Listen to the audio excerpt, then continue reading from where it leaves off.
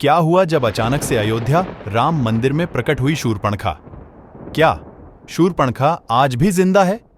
शूर्पणखा के बदले की आग में ही पूरा रामायण हुआ, लेकिन क्या उसका बदला आज भी पूरा नहीं हुआ है? अयोध्या राम मंदिर में रात्रि के समय दिखाई दी एक नकाबपोश महिला आखिर क्या है? इसके पीछे की सच्चाई मजदूरों ने जो अपनी आंखों देखी बताई, सुनकर आपके पैरों तले जमीन खिसक जाएगी। आज की वीडियो में बड़े रहस्य से पर्दा उठेगा। वीडियो के साथ अंत तक बने रहे। सबसे पहले, अगर आप एक सच्चे सनातनी हैं और राम मंदिर बनने से प्रसन्न है तो वीडियो को लाइक करके कमेंट बॉक्स में जय श्री राम जरूर लिखें।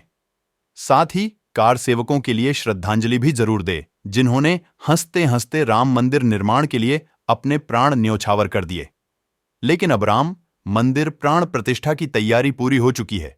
मंदिर प्रांगण सज चुका है, परिसर तैयार है, गर्भगृह है, प्रतीक्षा में है और 140 करोड़ भारतीयों की आंखें इस वक्त अयोध्या की ओर हैं।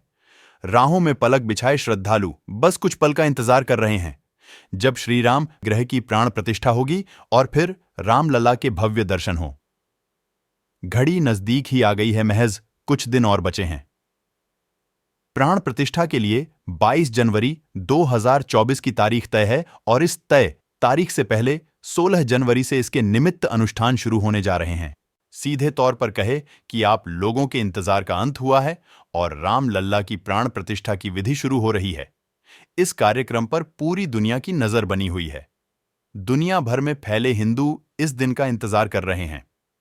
एसएमएस मॉरिशस की सरकार ने एक अहम घोषणा करी है, जिसके तहत वहां 22 जनवरी को हिंदू आस्था वाले सभी अधिकारियों को 2 घंटे विशेष छुट्टी देने का ऐलान किया गया है।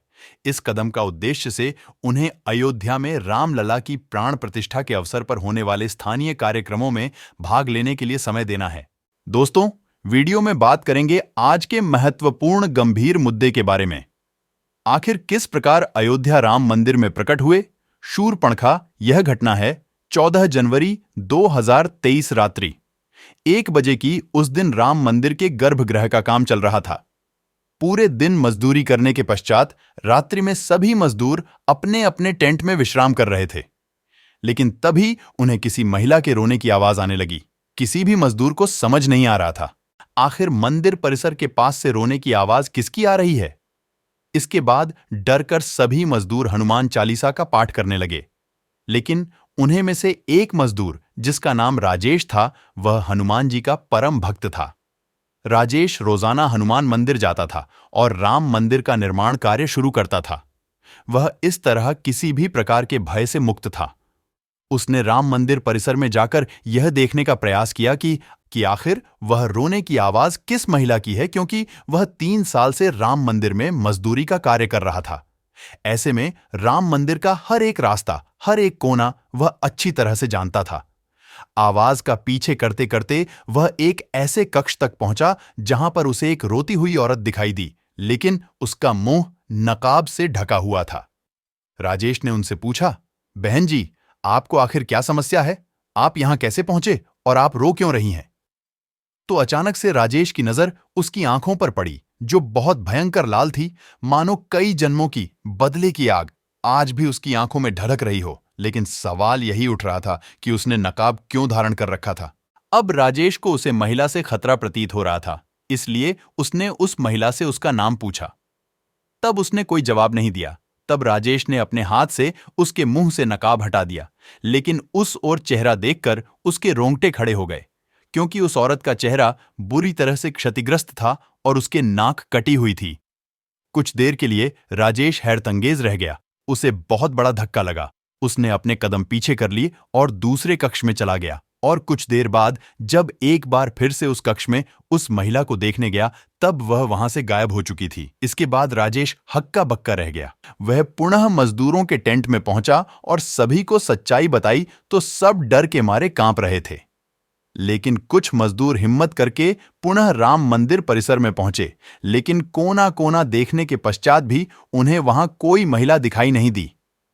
तब सभी लोग इसे राजेश का भ्रम समझ रहे थे, लेकिन सबके मन में एक संशय था, क्योंकि रोने की आवाज तो सभी को सुनाई दी थी।